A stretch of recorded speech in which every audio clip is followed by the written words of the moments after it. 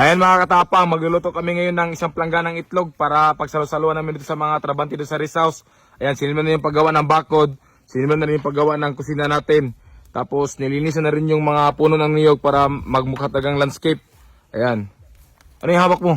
Onion. Sibuyas. Ayan, sige. Lagyan nyo na yan. Ayan.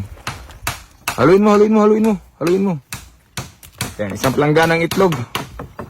Para kaming magpista ngayon. Isang plangganang itlog.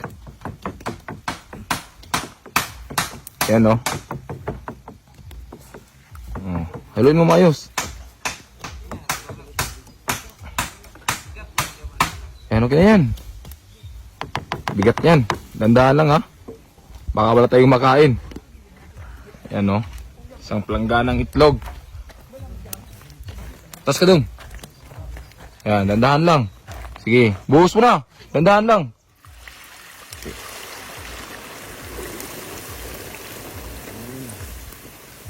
Ayan, lagay mo ng apoy.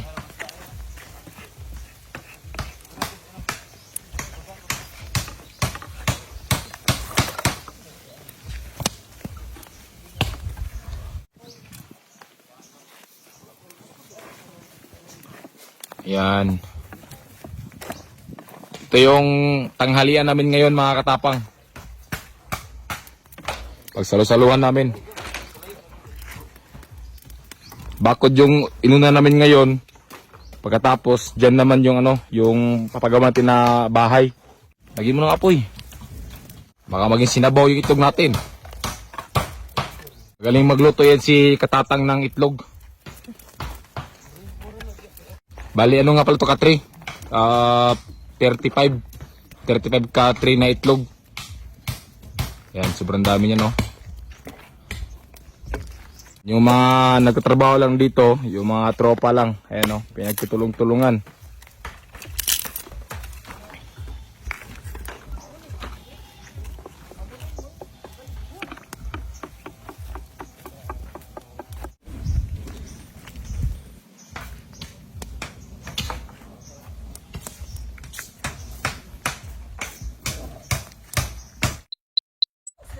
Ayun mga katapang, luto na yung isang planggan natin na itlog.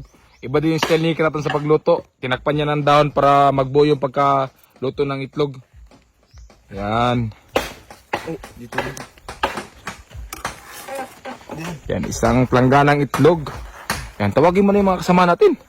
Hoy, kaya na kayo, mga kuyakoy! Hoy! Kaya! Tagalin mo yung dahon. Ayun. Amoy pa lang, ulam na, bango. Bango ah. Amoy itlog. Oh, hugas mo na kayo mga kamay ha. Hugas mo mga kamay doon. Hugas mo mga kamay, hugas mo mga kamay. Oh, nandahan lang. Atas konti doon, atas konti doon.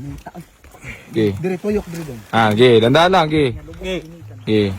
Oh, baliktad to. Okay, ganun. Di ganun. Okay, kalit. Ayun.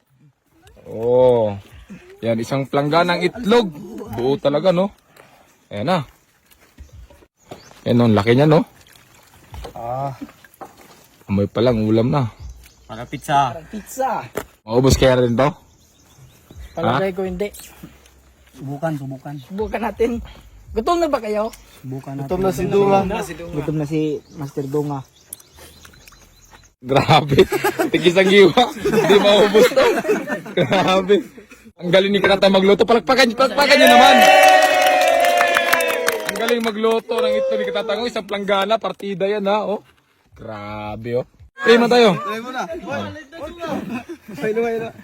Lord, maraming salamat Lord na naluto yung itlog ng buo. Isang planggana. Salamat Lord sa blessings Lord. Sana nung dito bigyan sila ng blessings Lord. Na makain sila masarap. Amen. Okay, kain na. Let's go.